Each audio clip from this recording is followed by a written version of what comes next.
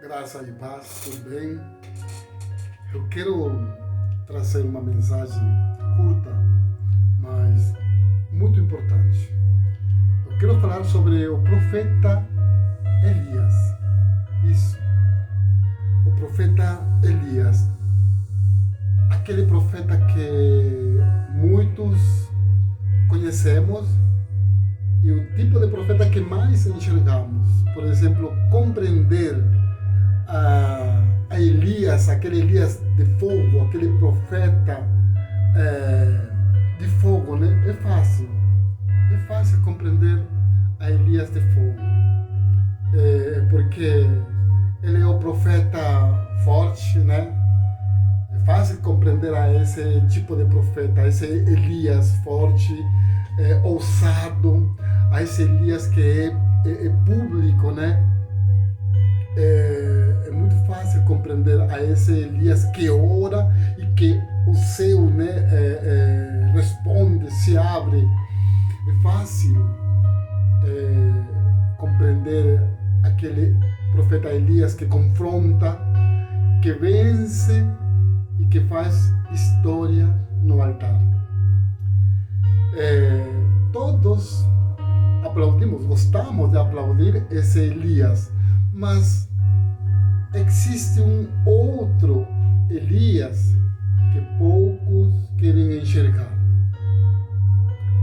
O Elias que está exausto, ferido, um Elias decepcionado, que depois de grandes vitórias se vê sozinho, afastado, escondido numa caverna, ameaçado, emocionalmente quebrado e desejando desaparecer até a morte.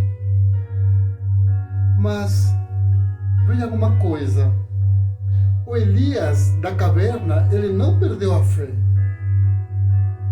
ele perdeu a força simplesmente. O Elias da caverna, ele não é que lhe falta unção, na verdade é excesso de peso nas costas. É o preço de quem se entrega demais na obra,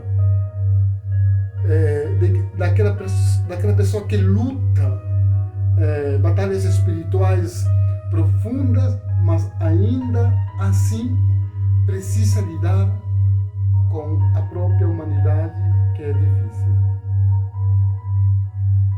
Lembremos que Deus, ele não rejeita o Elias da caverna. Ele não corrige com dureza. Ele não expõe, não o acusa, o Elias da caverna.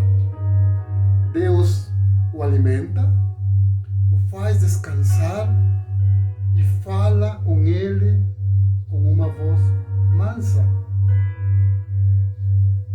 Isso é um chamado muito urgente para todos nós da igreja e também para a liderança,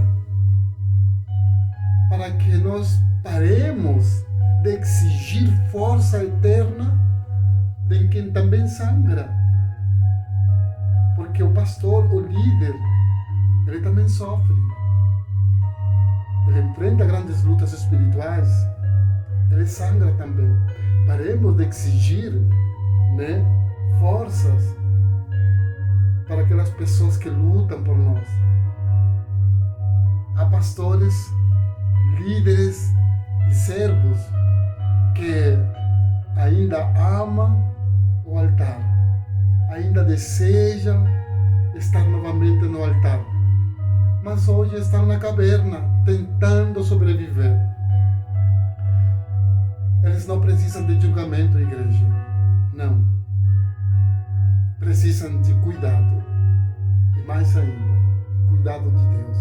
Eles precisam de um momento de solitude, a sós com Deus, para refletir, descansar. Porque quem foi fiel no fogo continua sendo precioso no silêncio. Ainda que esteja parado, ainda que esteja calado, ele continua sendo precioso e ainda mais, muito importante para Deus.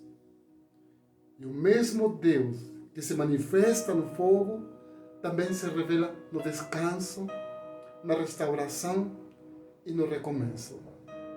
Por isso, nós, igreja, não podemos reclamar, não podemos exigir aqueles que um dia lutaram, pregaram, cuidaram de cada um de nós e agora enfrentam essas batalhas espirituais. Eles precisam de descanso, eles precisam de renovo, de restauração. E você, servo, serva de Deus, líder, pastor, que se encontra na caverna, não se preocupa, descanse, pare um pouco, tenha esse tempo de solitude, não solidão, solitude, a sós com Deus. Você está sendo renovado, porque você voltará forte, firme, novamente, com esse fogo que ainda está no seu coração. Amém? Espere esse renovo. Deixe se restaurar. Deixe ser renovado por Deus. Amém? Um abraço. Deus nos abençoe a todos nós.